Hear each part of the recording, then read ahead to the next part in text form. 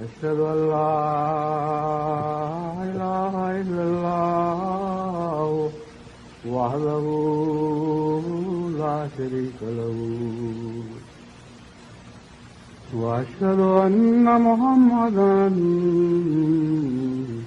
عبده ورسوله أما بعد فأعوذ بالله من الشيطان الرجيم بسم الله الرحمن الرحيم الحمد لله رب العالمين الرحمن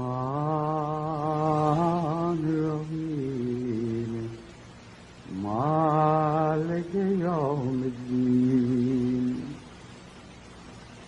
إياك نعبد وإياك نستعين اهدنا الصراط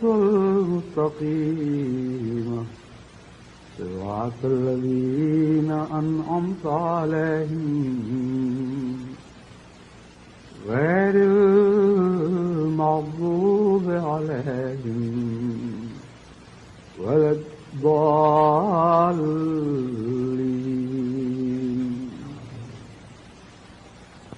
وإذا أذقنا الناس رحمة من بعد ضراء مستهم إذا لهم مكر في آياتنا قل الله أسرع مكرا إن رسلنا يكتبون ما تمكرون هو الذي يسيركم في البر والبحر حتى إذا كنتم في الفلك وجرينا بهم بريح طيبة وفرحوا بها جاءتها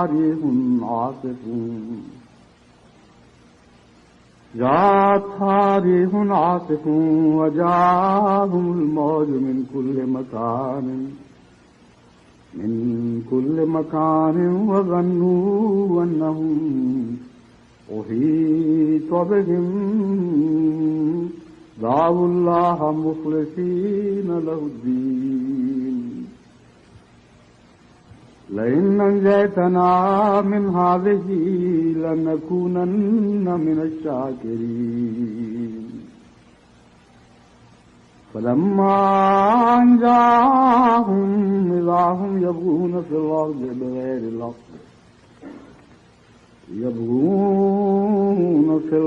بغير الحق يا أيها الناس إنما بغيكم على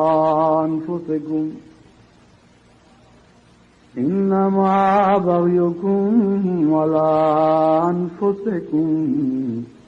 متاع الحياة الدنيا ثم إلينا مرجعكم فننبئكم بما كنتم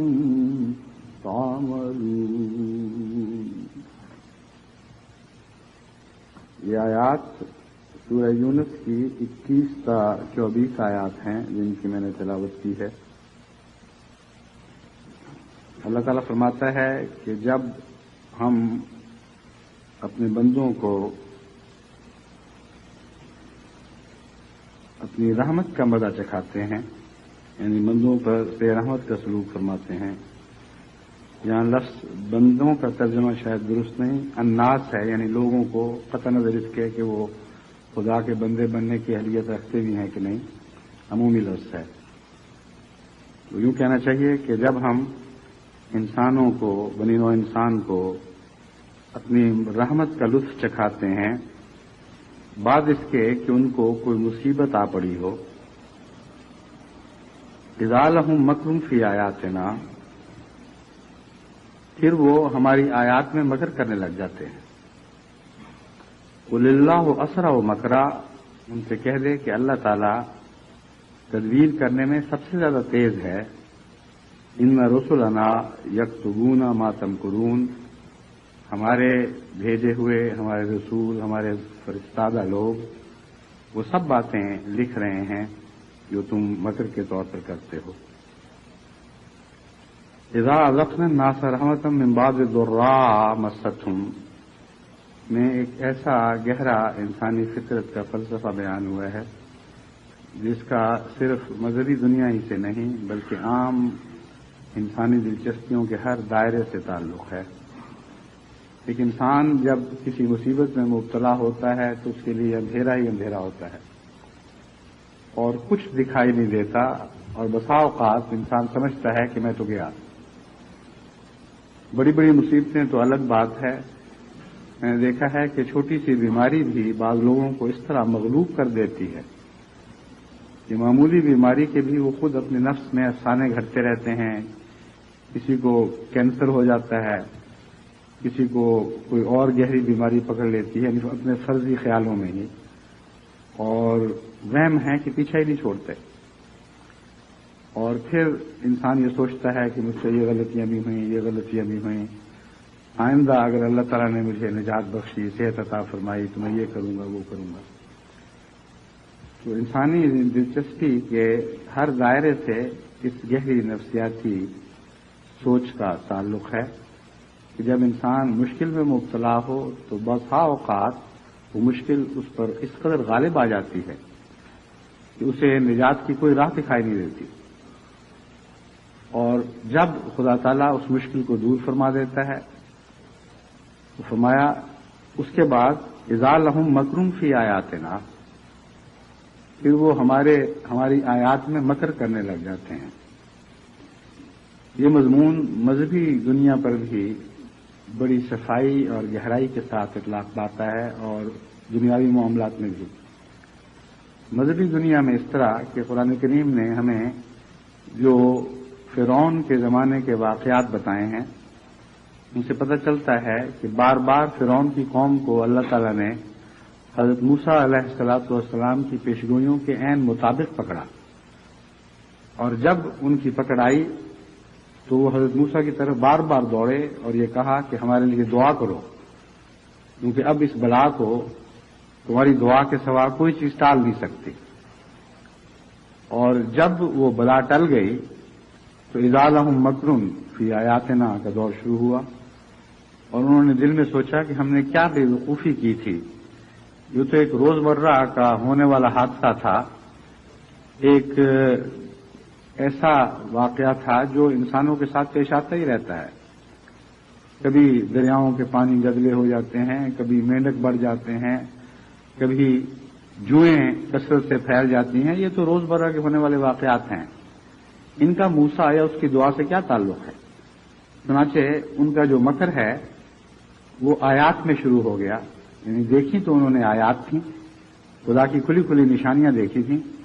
لیکن ان نشانیوں کو دنیا کی طرف منسوب کرنے لگے، اور پھر جب دوبارہ کسی بلا نے پکڑا پھر میں نے ہی وہی حرکت کی، پھر حضرت موسیٰ کی طرف دوڑے، پھر دعائیں کروائیں، اور پھر اللہ تعالیٰ نے ان دعاؤں کے نتیجے میں جب اس بلا کو ٹال دیا تو پھر دوبارہ وہی آیات کے ساتھ مکر کا دور شروع ہو گیا۔ قرآن کریم فرماتا ہے کہ 9 مرتبہ ایسا ہوا، 9 مرتبہ موسیٰ کی بیان کردہ وعید سے تعلق رکھنے والی یعنی انذاری پیشگوئیاں پوری ہوئیں، اور ہر بار یہاں تک کہ وہ قوم ہلاک کر دی گئی، مسلسل وہ اسی طرح حضرت موسیٰ کے ساتھ اور خدا تعالیٰ کی آیات کے ساتھ سلوک کرتے رہے۔ یہی حال بدقسمتی سے آج کل پاکستان کا ہو رہا ہے،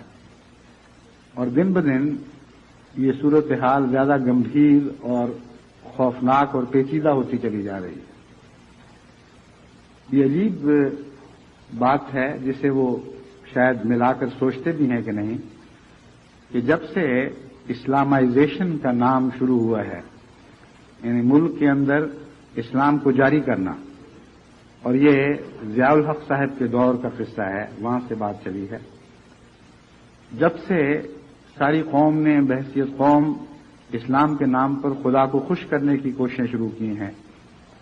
مسلسل اللہ تعالیٰ کے عذاب اس قوم پر نازل ہوتے چلے جا رہے ہیں اور جگہ جگہ سے بلائیں ان کو گھیرتی چلی جا رہی ہیں۔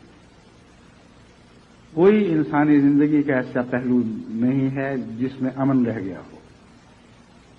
کوئی انسانی تعلقات کا ایسا دائرہ نہیں ہے جو گندا نہ ہو چکا ہو۔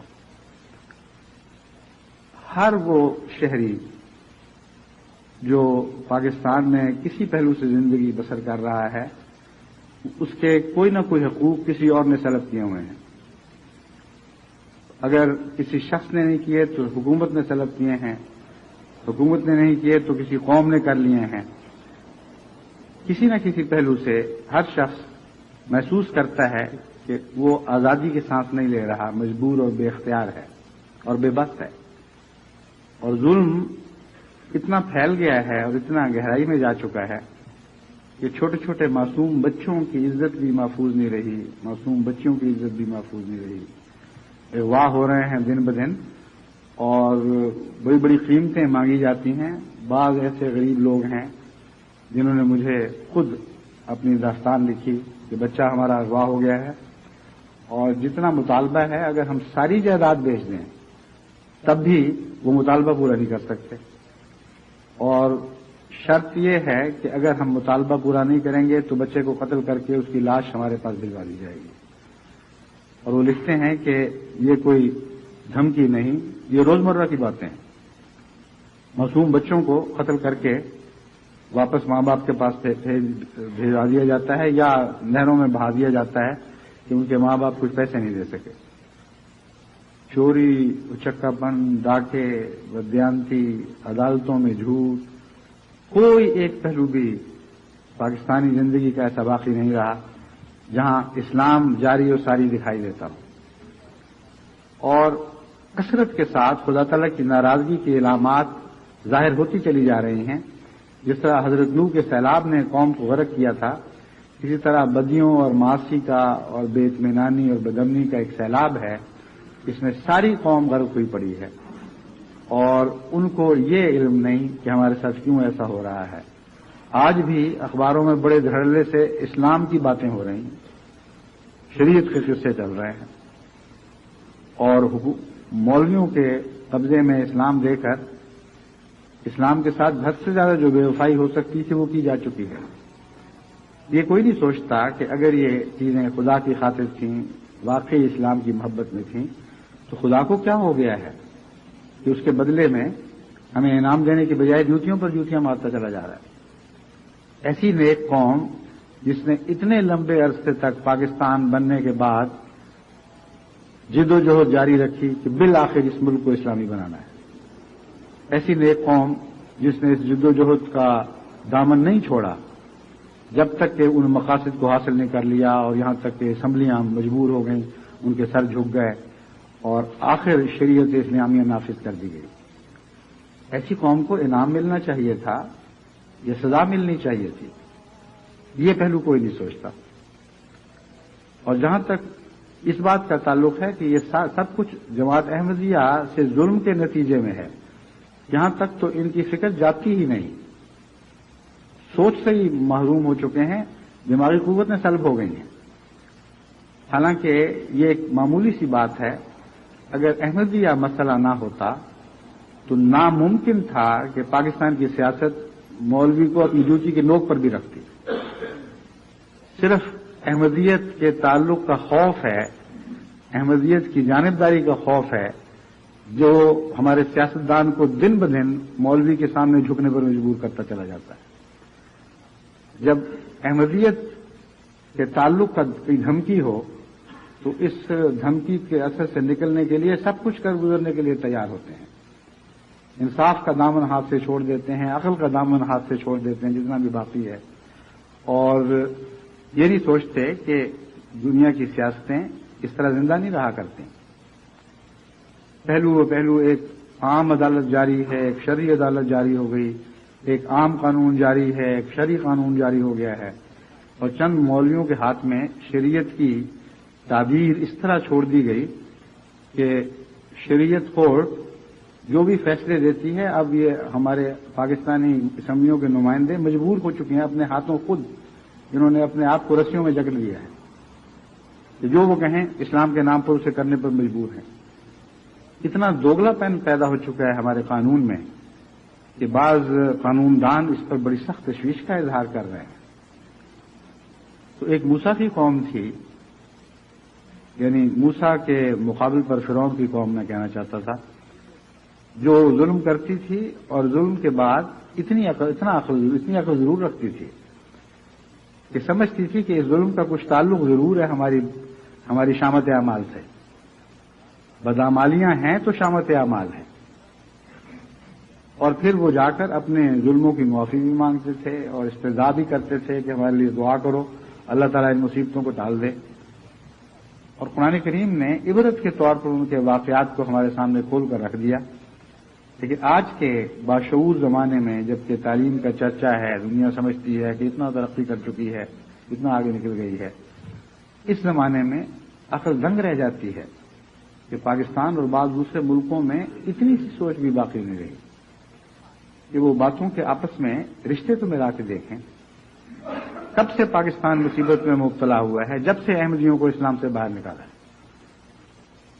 اسلام کے اندر اسلام کی برکت کی یہی ضمانت تھی، یہی وہ تعویذ تھا جس کے نام پر اسلام کا تقدس جاری تھا، اور اس تعویذ کو تو آپ نے نکال کے باہر پھینک دیا۔ پیچھے پھر اسلام کیا اور اسلام کی برکتیں کیا، سب کچھ ہاتھ سے جاتا رہا ہے، اور مسلسل اس کے بعد سے سیاست گندی سے گندی ہوتی چلی جا رہی ہے، بکتی جا رہی ہے۔ ہارس ٹریڈنگ کا محاورہ ایسے کھلے کھلے استعمال ہوتا ہے جیسے روزمرہ کی کوئی بات ہے، کوئی شرم و حیا کی بات ہی نہیں رہی۔ کرپشن سر سے پاؤں تک، ناخنوں تک پہنچ گئی ہے۔ کوئی زندگی کا ایسا شعبہ نہیں جہاں بددیانتی کے بغیر کام چل سکے، اور بے حیائی اتنی ایسی کہ دیکھیں سب کہتے ہیں الحمدللہ اسلام آ رہا، اللہ کا بڑا احسان ہے کہ ہم اسلام کے قریب تر ہوتے چلے جا رہے ہیں۔ کہاں اسلام کے قریب ہو رہے ہیں کسی نے کبھی نہیں سوچا۔ اگر یہ ساری بدبختیاں اسلام ہے تو نعوذ باللہ من ذالک، اس اسلام سے تو دوری بہتر ہے۔ لیکن خدا گواہ ہے کہ یہ اسلام نہیں، یہ بدبختیاں تمہاری شامت اعمال ہیں۔ تم نے جو احمدیوں پر مظالم کر کے اسلام سے دوری اختیار کی ہے، یہ اس کی سزا ہے، ورنہ اسلام سے قرب کی تو خدا سزا نہیں دیا کرتا۔ اسلام سے قرب کی تو جزا ہوتی ہے۔ بس یہ ساری مصیبتیں جو تم پر نازل ہو رہی ہیں، تمہیں کون سمجھائے اور کیسے سمجھائے کہ اسلام سے قرب کے نتیجے میں نہیں بلکہ اسلام سے دوری کے نتیجے میں ہے۔ اسلام کے بنیادی حسین منصفانہ قوانین کو تم نے بالائے طاق رکھ دیا، بلکہ بھاڑ میں جھونک دیا، اور کبھی تمہارے دل میں ادنا سی بھی ضمیر کی نے ادنا سا بھی چونکا نہیں دیا، ضمیر کی ادنا سی کسک بھی تم نے اپنے دل میں محسوس نہیں کی کہ ہم کیا کر رہے ہیں، کس مقدس نام کو کیسے استعمال کر رہے ہیں۔ اور مکرن فی آیاتنا ہے کہ وہ جاری ہے اور مسلسل چلتا چلا جا رہا ہے۔ ہر مصیبت کے لیے کوئی نہ کوئی نیا نسخہ ہے جو پیش ہوتا چلا جا رہا ہے۔ جماعت اسلامی کہتی ہے کہ یہ جو اب مصیبتیں آئی ہیں اس کی وجہ یہ ہے کہ تم نے جماعت اسلامی سے ناراض کیا اور اس کی باتیں نہیں مانی، اور جمعیت علماء اسلام کہتی ہے کہ تم نے چونکہ اسلام کی ہماری تعبیر کو قبول نہیں کیا بلکہ کوئی اور اسلام جاری کر دیا ہے، اس لیے خدا تعالیٰ تم سے ناراض ہو گیا۔ پہلے خدا ناراض کیوں نہیں تھا جبکہ اسلام کا نام بھی نہیں تھا، جبکہ انصاف کی حکومت تھی؟ اس وقت خدا کہاں چلا گیا تھا؟ اس کی غیرت کہاں تھی؟ اچھا بھلا پاکستان تھا، ساری دنیا میں اس کی عزت تھی، شہرت تھی، ہر جگہ انصاف جاری تھا۔ بددیانتیاں تو ہر ملک میں ہوتی ہیں مگر پاکستان میں برائے نام تھیں، بہت معمولی سی۔ ایک پولیس کا محکمہ تھا جو بدنام تھا، اب تو پولیس کا محکمہ نیک نام تو نہیں کہہ سکتے لیکن باقی سب محکمات سے مل جل سا گیا ہے، سارے پولیس کے اہلکار لگتے ہیں۔ ہر جگہ نحوست ہے، ایسی نحوست ہے جو چہروں پر لکھی جا چکی ہے۔ قرآن کریم تو فرماتا ہے سیماہم فی وجوہہم من اثر السجود، ان کی نشانیاں، ان کی پاک نور کی علامتیں سجدوں کے اثر سے ان کے چہرے پر لکھی گئی ہیں۔ اور ان کے چہروں پر جگہ جگہ دیکھیں آپ، جس دائرہ کار میں آپ کا تعلق کسی حکومت کے نمائندے سے ہو، آپ کو وہاں سجدوں کے نتیجے میں نور کی کوئی علامت دکھائی نہیں دے گی، بلکہ نحوست دکھائی دے گی۔ کچھ لوگ یہاں سے انگلستان سے پاکستان گئے، واپسی پر میں نے ان سے پوچھا، انہوں نے کہا ہم پہلے پاکستانی تھے، پاکستان سے تعلق تو بہرحال ہے، وہ تو کبھی ٹوٹ نہیں سکتا، اور شاید اسی تعلق کی وجہ ہے کہ بے حد دل برداشتہ ہو کر لوٹے۔ بعض ماں نے کہا کہ بچوں کو بڑے شوق سے لے کے گئے تھے، لیکن اتنی تکلیف ہوئی ہے جا کر کہ آپ اندازہ نہیں کر سکتے۔ چھوٹی سی چھوٹی چیز میں بھی رشوت نہ دو تو کام نہیں بنتا، سیٹ بک کرانے میں بھی رشوت دینی پڑتی تھی۔ انہوں نے یہاں تک بتایا کہ PIA کے جہاز میں لاہور سے بک ہوئی سیٹ ہمیں دینے سے انکار کر دیا ہے، جہاز سیٹیں بھر چکی ہیں۔ پھر کسی نے سمجھایا کہ بے وقوف، پیسے دو گے تو تمہاری ریزرو سیٹ تمہیں ملے گی۔ تو ہر شعبہ زندگی میں بددیانتی اپنے کمال کو پہنچ چکی ہے، اور اسلام کی باتیں ہیں جو ختم ہونے میں نہیں آ رہی۔ کچھ سمجھ نہیں آتی وہ کون سا اسلام ہے، کن رگوں میں دوڑ رہا ہے، وہ کیا خون ہے جو نعوذ باللہ من ذالک اس نام سے پلید ہو رہا ہے۔ یہ نام تو خونوں کو پاک کرنے والا نام تھا، یہ نام تو جس رگ میں پھڑ کے اس رگ کو زندہ کر دیتا ہے، جس لہو میں شامل ہو اسے پاکیزہ بنا دیتا ہے۔ یہ وہی نام ہے جس نے حضرت محمد مصطفیٰ صلی اللہ علیہ وآلہ وسلم اور آپ کے غلاموں کو نئی روحانی زندگی عطا کی تھی، ایک روحانی انقلاب برپا کر دیا تھا۔ آج یہ الٹ کیسے چل رہا ہے، یہ سوچنے کی بات ہے۔ لیکن قرآن کریم جیسا کہ فرماتا ہے، کیا ان کے دلوں پر تالے پڑ چکے ہیں؟ اگر دلوں پر تالے پڑ چکے ہوں تو پھر کوئی علاج نہیں۔ مگر قرآن کریم نے ساتھ یہ بھی فرمایا، اذا ہم مکرون فی آیاتنا، یہ اپنے نفس کو قائل کرنے کے لیے بہانے ضرور تلاش کرتے ہیں، کوئی نہ کوئی مکر بنا لیتے ہیں۔ آج کل یہ مکر چلا ہوا ہے، ملا اپنی خفت مٹانے کی خاطر یہ عوام کو باور کرانے کے لیے کہ یہ ساری نحوستیں ہماری نہیں اور ہماری فرضی شریعت کی نہیں، بلکہ اس بات کی نحوست ہیں کہ ہماری برانڈ کا اسلام کیوں نہیں آیا، نواز شریف برانڈ اسلام کیوں آیا ہے، یا بے نظیر بھٹو برانڈ اسلام کیوں لایا جائے گا۔ جب تک ہماری برانڈ، ہماری قسم کا اسلام نافذ نہیں ہوتا، اس وقت تک تم لوگ بچتے نہیں۔ حالانکہ وہ آخری دن کا ہوگا جو کمر توڑنے والا ہوگا۔ ابھی تک خدا کا شکر ہے کسی مولوی کی مکمل برانڈ نہیں آئی، اگر وہ آ جائے تو اس ملک کے بچنے کا سوال ہی باقی نہیں رہتا۔ خدا کرے اس دن کے سے پہلے پہلے یہ لعنتوں کے بوجھ جو اپنے گردن پر، اپنے کمر پر لاد بیٹھے ہیں، ان کو ہلکا کرنا شروع کریں، اور مکرون فی آیاتنا کی بجائے تفکر فی آیات کی عادت ڈالیں۔ مکر اور تفکر میں یہ فرق ہے۔ مکر کے نتیجے میں انسان بہانے تلاش کرتا ہے اور اصل وجہ کو چھپاتا ہے، اور دوسری وجہیں سوچ کر ان سے اپنے ضمیر کی غلطیوں پر پردے ڈھانپتا ہے۔ لیکن تفکر کے نتیجے میں انسان گہرا اترتا چلا جاتا ہے، بات کی کنہ تک پہنچتا ہے۔ وہ آخری سبب جس کی وجہ سے کوئی چیز، کوئی سلسلہ شروع ہوتا ہے، اس آخری کنوں تک پہنچ جاتا ہے، اور یہ کچھ مشکل نہیں ہے۔ پاکستان کی تاریخ کو احمدیت کے ساتھ، پاکستان کے سلوک کی تاریخ کے ساتھ ملا کر پڑھیں، ہر بات ایسی کھلتی چلی جائے گی جیسے دن کی روشنی میں آپ کچھ دیکھ رہے ہوں۔ بس ایک مضمون تو مذہبی دنیا سے تعلق رکھنے والا مضمون ہے، جس کا تاریخ سے بھی تعلق ہے، حال سے بھی تعلق ہے، مستقبل سے بھی رہے گا۔ لیکن اس تعلق میں جو ہم آج کے پاکستان کا جائزہ لیتے ہیں تو بڑا دکھ ہوتا ہے کہ سابقہ تاریخ سے استفادہ کرنے کی بجائے قومیں جب دوبارہ وہی ٹھوکر کھاتی ہیں تو پہلے سے بڑھ کر ٹھوکر کھایا کرتی ہیں، اور یہ ایک حقیقت ہے۔ پہلی غلطی دہرانے والی قومیں اس مقام پر نہیں ٹھہرا کرتی جو پہلی غلطی کا مقام تھا، بلکہ ہمیشہ آگے بڑھ جاتی ہیں، اور اسی طرح خدا کی پکڑ بھی بالآخر آگے بڑھتی ہے، اور اس جاری سلسلے کو دنیا میں کوئی طاقت روک نہیں سکتی۔ ایک اور پہلو اس کا ذاتی سوچوں کا پہلو ہے، اور روزمرہ کی زندگی سے تعلق رکھنے والا ہے۔ وہ یہ ہے کہ انسان جب بھی کوئی کسی مشکل میں مبتلا ہو تو ہر شخص کے دنیا کے اندر اسی قسم کا ایک سلسلہ شروع ہو جاتا ہے.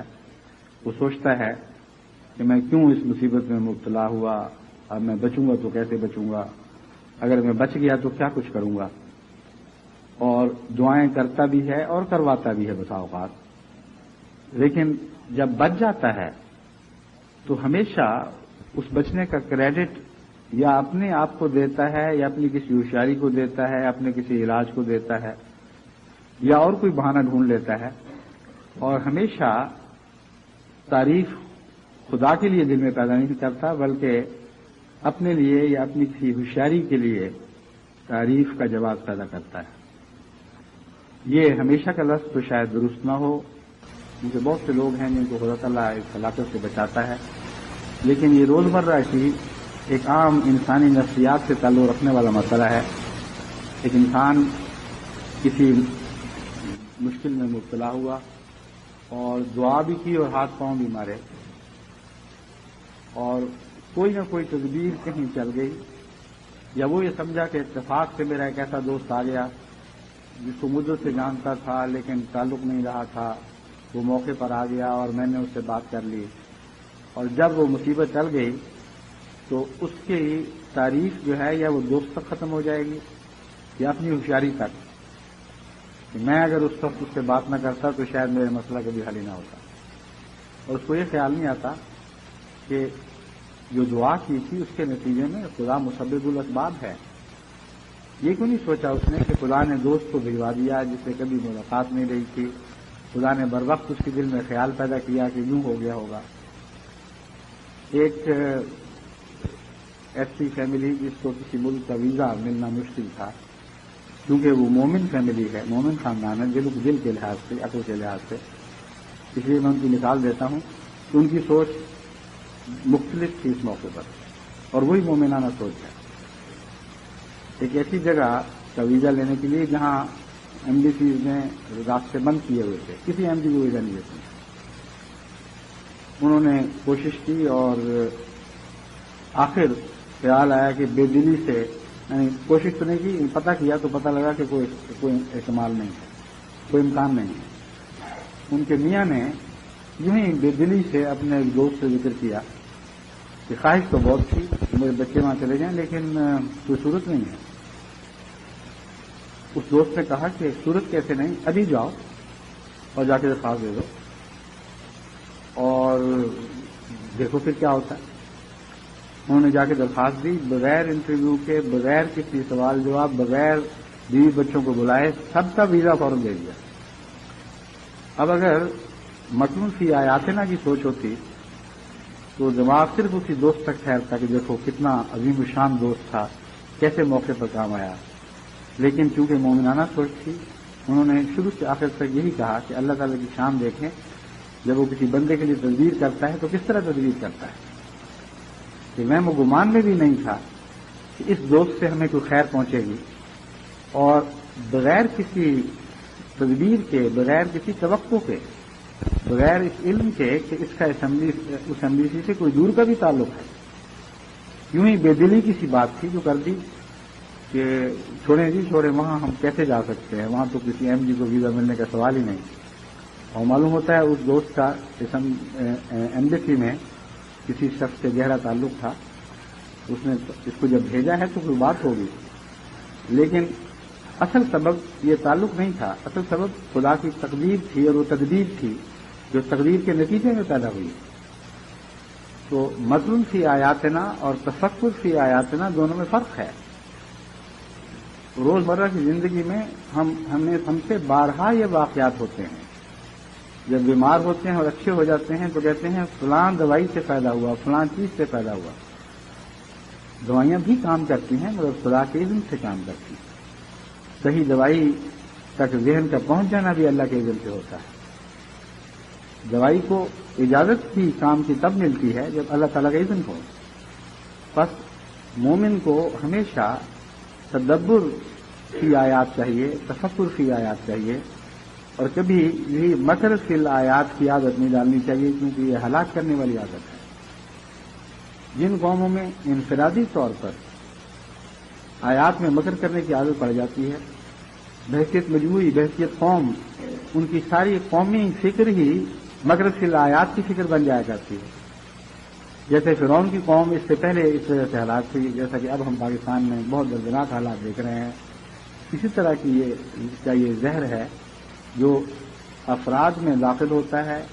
پھر قومی بیماری بن جاتا ہے، اور جب قومی بیماری بن جائے تو قوموں کو ہلاک کر دیا کرتا ہے. آپ اس بات پر نگران رہیں اور ہمیشہ نگران رہیں کہ جب بھی کسی مشکل میں مبتلا ہوں اور خدا تعالیٰ سے التجا کر کے اس مشکل سے نجات کے لیے خیر طلب کریں، اس خدا کی مدد طلب کریں اور وہ مشکل حل ہو جائے، تو خواہ کیسے ہی بڑے بڑے بت آپ کے سامنے کیوں نہ آئیں اور ہر ایک ان میں سے یہ دعویٰ کر رہا ہو کہ میری وجہ سے تمہارا یہ مسئلہ حل ہوا، اب ان سب بتوں کی آواز کو رد کر دیا کریں اور گردن صرف خدا کے حضور جھکایا کریں. لیکن اس کا یہ مطلب نہیں کہ اسباب کا شکریہ ادا نہیں کرنا. شکریہ ادا کرنا ہے مگر اللہ کے حکم سے. دل پوری طرح خدا کی رضا پر راضی رہنا چاہیے اور مطمئن رہنا چاہیے کہ جو کچھ ہمیں ملا محض اللہ کے فضل سے ملا. لیکن چونکہ خدا فرماتا ہے کہ جو بندوں کا شکر ادا نہیں کرتا وہ خدا کا بھی شکر ادا نہیں کرتا، اس لیے صاحب شکر بندہ بنے. اور یہی سچائی ہے، یہی توحید کامل ہے جس پر جماعت کو ہمیشہ قائم رہنا چاہیے. اللہ تعالیٰ ہمیں اس کی توفیق عطا فرمائے. پیشتر اس سے کہ میں دوسرا خطبہ شروع کروں اور اس پہلے حصے کو ختم کروں، میں یہ عرض کرنا چاہتا ہوں کہ ماریشس کی جماعت کا آج جلسہ سالانہ شروع ہو رہا ہے، اور ماریشس کی جماعت نے مجھ سے اس خواہش کا اظہار کیا کہ یہ خطبہ جمعہ جو ہم بھی سن رہے ہوں گے یہ ہمارے جلسہ کا افتتاح بن جائے. اس لیے خطبہ جمعہ میں ہمیں مخاطب کہہ کر کے بھی کچھ باتیں کریں. تو چونکہ یہ سارا سلسلہ ریڈیو کے وسیلے سے خطبے کا دوسرے تک پہنچنا، یعنی ٹیلی کمیونیکیشن کے وسیلے سے خطبے کا دوسرے ملکوں تک پہنچنا ماریشس سے شروع ہوا تھا، اور انہی لوگوں کی برین ویو تھی، یعنی ایک خاص ان کے ذہن کی ایک لہر تھی جس سے یہ خیال پیدا ہوا. اس لیے ساری دنیا کی جماعتیں ماریشس کی بہرحال ممنون احسان ہیں جن کو فوری طور پر براہ راست کی آواز کرنے کی توفیق مل جاتی ہے. ماریشس کی جماعت اللہ تعالیٰ کے فضل سے ایک بہت ہی مستعد اور مخلص جماعت ہے، اور ماریشس کے لوگ ذہین بھی ہیں اور اعلیٰ درجے کا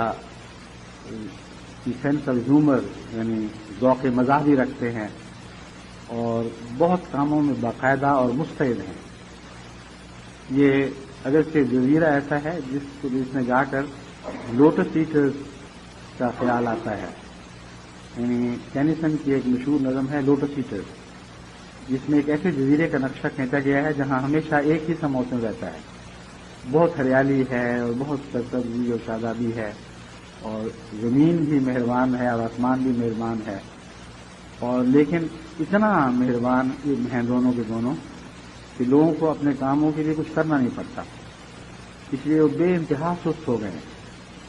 اور لوٹس کھاتے رہتے ہیں، یعنی افیم، اور وہ سارا دن ان کا سوائد کے کوئی کام نہیں کہ افیم کھائی اور نشے میں دھت رہے اور خدا کی قدرت کے عجائب دیکھتے رہے. ماریشس ویسے ہی جزیرہ دکھائی دیتا ہے جیسا ٹینیسن کے لوٹس ایٹرز کی نظم میں بیان کیا گیا ہے، مگر بالکل برعکس نتیجہ ظاہر کرنے والا جزیرہ. یہاں کے لوگ ایسے خوبصورت جزیرے میں ایسے دائمی اچھے موسم کو فیض پاتے ہوئے بھی بہت محنتی ہیں، بہت مستعد ہیں. جماعتی کاموں میں بھی اللہ تعالیٰ کے فضل کے ساتھ بہت باقاعدہ اور مستعد اور ہر آواز پر لبیک کہنے والے، اور ذہنی لحاظ سے اچھی اچھی باتیں ان کو سوچتی رہتی ہیں. صرف ان سے شکوہ یہ ہے کہ تبلیغ کے معاملے میں جیسا ان سے توقع تھی آغاز میں تو پوری کی، لیکن اب کچھ سست ہو گئے ہیں. اگر دنیا کے معاملے میں لوٹس ایٹر نہیں بنے تو خدا کے لیے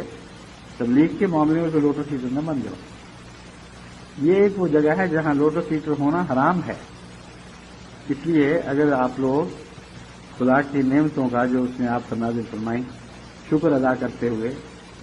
پوری محنت کے ساتھ اپنے جزیرے کو وہ روحانی نعمت بھی عطا کرنے کی کوشش کریں جس سے آپ فیض یاب ہو رہے ہیں، تو واقعی اس دنیا میں یہ جزیرہ ہر پہلو سے جنت نشان بن سکتا ہے۔ اس سلسلے میں سر جوڑ کر بیٹھنے کی ضرورت ہے۔ آپ لوگوں کو خدا نے اچھا ذہن عطا فرمایا ہے، ترکیبیں سوچتی ہیں، محنت کر لیتے ہیں، لوگوں کے اندر جذب ہونے کی طاقت موجود ہے، دل جیتنے کی طاقت موجود ہے۔ وہ کون سی چیز ہے جس کی تبلیغ میں ضرورت ہو اور آپ کو مہیا نہ ہو؟ اس لیے سب کچھ ہے۔ اگر دعا کی کمی ہے تو پھر دعائیں کریں، اور جس طرح بھی ہو اپنی سابقہ کوتاہیوں کی تلافی کرنے کی کوشش کریں۔ میں سمجھتا ہوں کہ اگر ماریشس کی جماعت پوری طرح مستعد ہو جائے تو جیسا کہ ماریشس کے عام طور پر لوگ ہیں، صاف لوگ ہیں، جلدی اثر قبول کرنے والے ہیں، مخالفت کا اثر بھی جلدی قبول کر لیتے ہیں، لیکن پاکستانی اور ہندوستانی لوگوں کی طرح مخالفت کے رنگ کو پکا نہیں کرتے، بلکہ جہاں شفاف پانی ملا وہ رنگ دھل گیا اور دوسرا رنگ چڑھ گیا، لیکن خدا کا رنگ پکا ہوا کرتا ہے۔ وہ جب چڑھتا ہے تو پھر وہ اس بات کی ضمانت خود دیتا ہے کہ وہ رنگ مستقل رہ گئے۔ تو میں یہ چاہتا ہوں کہ جس طرح آپ نے دوسرے گندے رنگ جو آپ پر پہلے احمدی ہونے سے پہلے چڑھے ہوئے تھے ایک دفعہ دھو ڈالے اور خدا کے رنگ میں رنگین ہوئے اور خدائی لوگوں کی صفات اپنانے کی کوشش کی ہے، اگرچہ یہ بہت سی منزلیں ابھی اس معاملے میں طے ہونے والی ہیں، یہ نہیں میں کہتا کہ آپ درجہ کمال کو پہنچ گئے ہیں، لیکن دنیا کی جماعتوں میں آپ کا ایک ایسا مقام ہے کہ مجھے بہت عزیز ہیں۔ اس پہلو سے میں آپ سے توقع رکھتا ہوں اور اس توقع رکھنے کا حق رکھتا ہوں کہ اگر آپ خدا کے فضل کے ساتھ تبلیغ کی طرف بھرپور توجہ دیں تو اس جزیرے کی چند سالوں میں قسمت بدل سکتی ہے، اور یہ دنیا ہی میں نہیں بلکہ دین میں بھی ایک جنت نشان جزیرہ بن سکتا ہے۔ اللہ تعالیٰ آپ کو اس کی توفیق عطا فرمائے اور اہل ماریشس کو بھی توفیق عطا فرمائے کہ آپ کے نیک رنگ اختیار کریں اور جلد از جلد احمدیت کے پرامن آغوش میں آ جائیں۔ اس مختصر افتتاحی خطاب کے بعد اب میں اس خطبے کو ختم کرتا ہوں اور مشہور خطبہ پڑھوں گا۔ الحمدللہ نحمدہ ونستعینہ ونستغفرہ ونؤمن بہ ونتوکل علیہ ونعوذ باللہ من شرور انفسنا ومن سیئات اعمالنا من یهدہ اللہ فلا مضل لہ ومن يضلله فلا هادي له ونشهد أن لا إله إلا الله وحده لا شريك له ونشهد أن محمدا عبده ورسوله عباد الله رحمكم الله إن الله يأمر بالعدل والإحسان وإيتاء ذي القربى وينهى عن الفحشاء والمنكر والبغي يعظكم لعلكم تذكرون اذكروا الله يذكركم وادعوه يستجب لكم ولذكر الله أكبر